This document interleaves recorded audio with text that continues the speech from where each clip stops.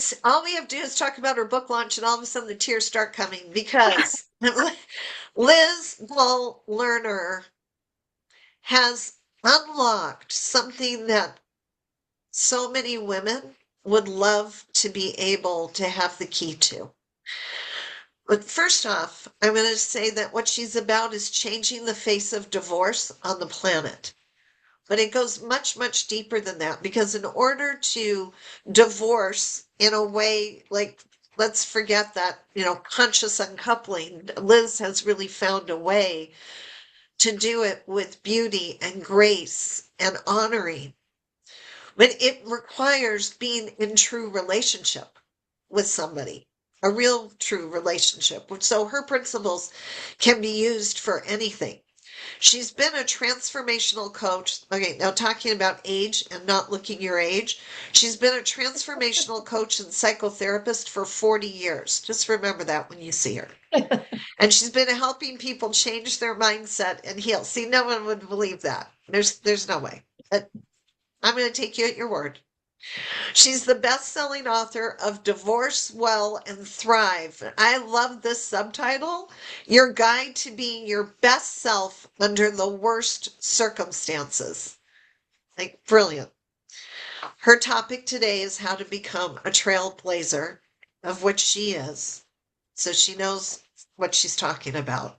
Now, something you might not know is that she loves the Hudson River, the entire Hudson River. I've only known a little portion of it. I look forward to talking to you more about that, like the whole Hudson River. All right. Her gift to everybody today is a mini mindset private meeting, a trailblazer communication tip sheet. Say that 10 times. And the bonus is a communication video for your inner thoughts. So a mini mindset private meeting, a trailblazer communication tip sheet, and a communication video for your inner thoughts. Isn't that fascinating? So that's to everybody. We all get that. Now, to one lucky person, you're going to get a bouquet of flowers. And I understand you might say, oh, well, that's nice. No, I understand she's like a master florist. Come out. Let's say that again. There. Yeah. Yeah. Plus a tip sheet and a video and a 1 hour consult around your communication game changer. So that is some package on top of what we all get. So, Liz, without any further ado, what you're about to share with us is going to change our lives. I know that. So the mic to you. Thank you so much, Stacy. What an incredible introduction. I very much appreciate it. Um, all you wonderful summit participants, I believe you've tuned in this moment into this summit because you are a trailblazer and you know, or you may know it in your bones, or you may just be discovering it. But all trailblazers are creative, intuitive, curious, determined, and have a message. Usually there's something that's happened that sheds light on a passion or an idea that feels unstoppable in the moment that you experience it. In that moment, it's pure. It's pure inspiration or pure energy or pure exuberance. And then, depending on where we are in the journey of our lives, even if we are far along, often doubtful voices start chiming in. And I say depending on where we are in our journey, because the more confident we've become, or the more experience we may have gained, the messages become a bit trickier. They're not so clearly about self-doubt or fear. They might take on a more practical frame or not be quite so obviously about fear or self-doubt. So I think about when, for example, I had done the outline for the book that Tracy was holding up, and it was years ago. And this now we've just had the 1 year anniversary of this book. So it was years ago. And somebody that I respected said, "Oh, this book is too important for you to self-publish. You need to find a publisher. And I thought, I have a young child. I have a sick mother. Uh, I don't think so. This isn't going to happen. I'm not going to be able to find a publisher. And over time, when I thought about it, I thought, well, why did I mean, it was true. These were very practical, real reasons not to pursue something I knew nothing about, which everyone had told me was a very, very difficult thing to do. But when I think about it now, and I think, wow, what a great excuse that was. How these practical things that we kind of have in our lives and have in our mind, they're very real. But they also, if we dig a little deeper, might really be kind of the doorway out to something that we can put forward in a more confident way. So, one way to tell, it's my little vignette, but one way to tell if you have always been a trailblazer is to reflect back on your history or think about your life now and home in on something you knew could be better and you did something to change it. It could be as simple as using a cabinet for something other than its intended use because your idea worked better, or revamping a process at work or in your home, or challenging or inviting someone to work with you to make something better, including your relationship with them. These are all brave and creative acts that do not accept the status quo. Right?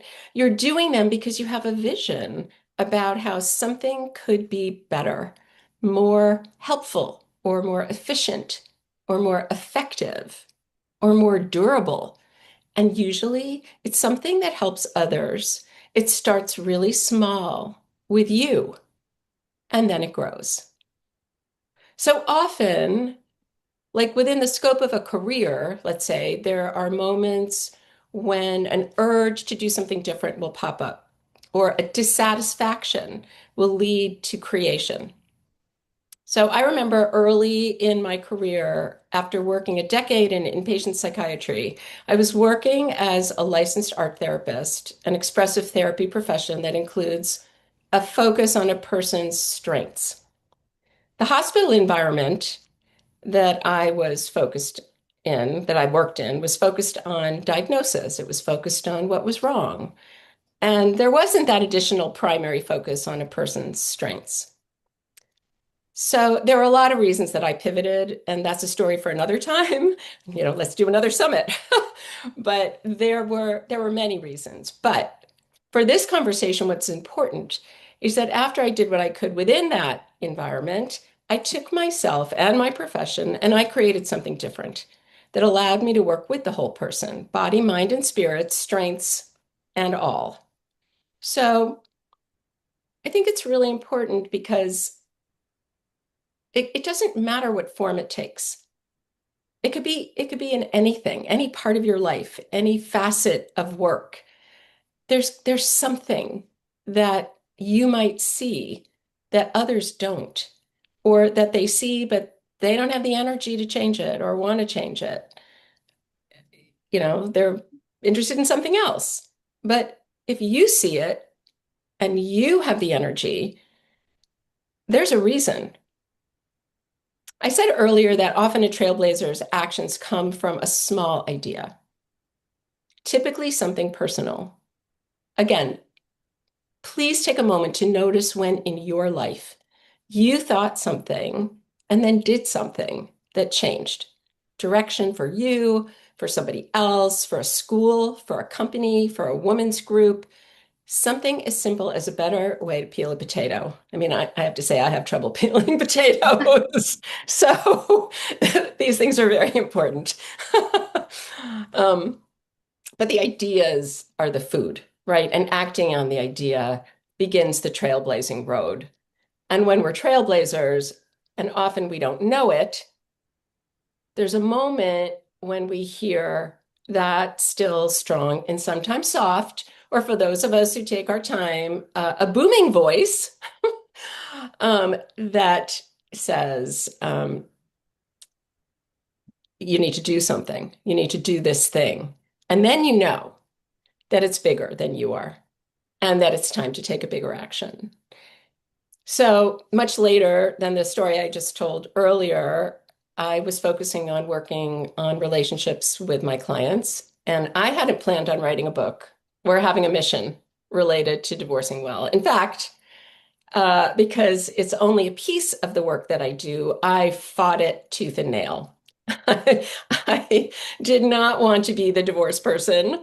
I just wanted to do my work. And in fact, um, I really found that I didn't have a choice, but I really didn't know it at the time, right? So it started very small, just like all these other things. It started with my own life, with love, with responsibility, with being a mom who put her child first. And I learned what needed to be done, not only from my work that with other people, but from my life.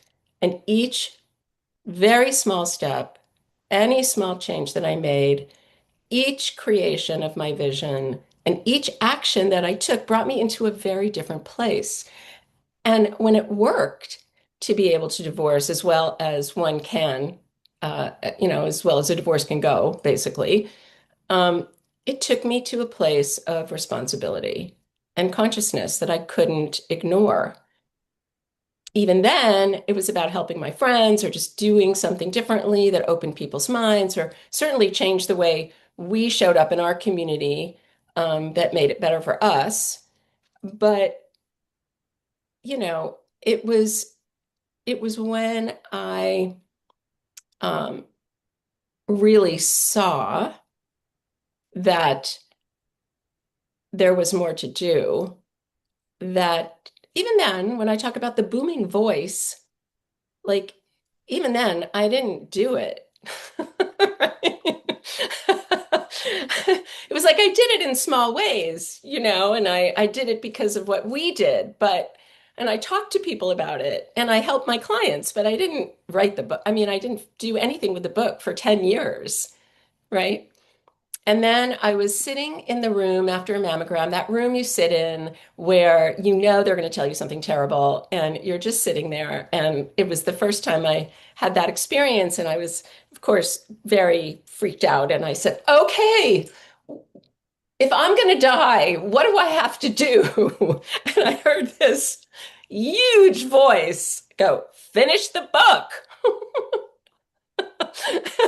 And I just said, okay, right? In 3 months, the book was done, you know. Um, but it's something like that. It's hearing that voice that reminds me also, Deb, actually of 262. And, there it is. It's like, what do you mean, 262? What, really? Come on, you know. And I know that you heard the voice more than once, right? And so, you know, I think what's really important for people to know, and what I find is that just know that when that happens, you're not alone. You're supported because it's about the good that can be done in the world. You're supported because it's about the good for the planet or for humanity or for one, even if just one person benefits, it becomes generational. And so don't worry, because when it all happens, when you have this idea and you act on it and you have no idea like where you're going to end up, it doesn't really matter because everything you do, even when you're not conscious that you're actually building a mission, um, is the building block for the next step and the building block for the next step and the building block for the next step. So it doesn't even matter what it's about or what walk of life it is. It's just living and doing and paying attention. And what we've talked about all, this whole summit of being, present.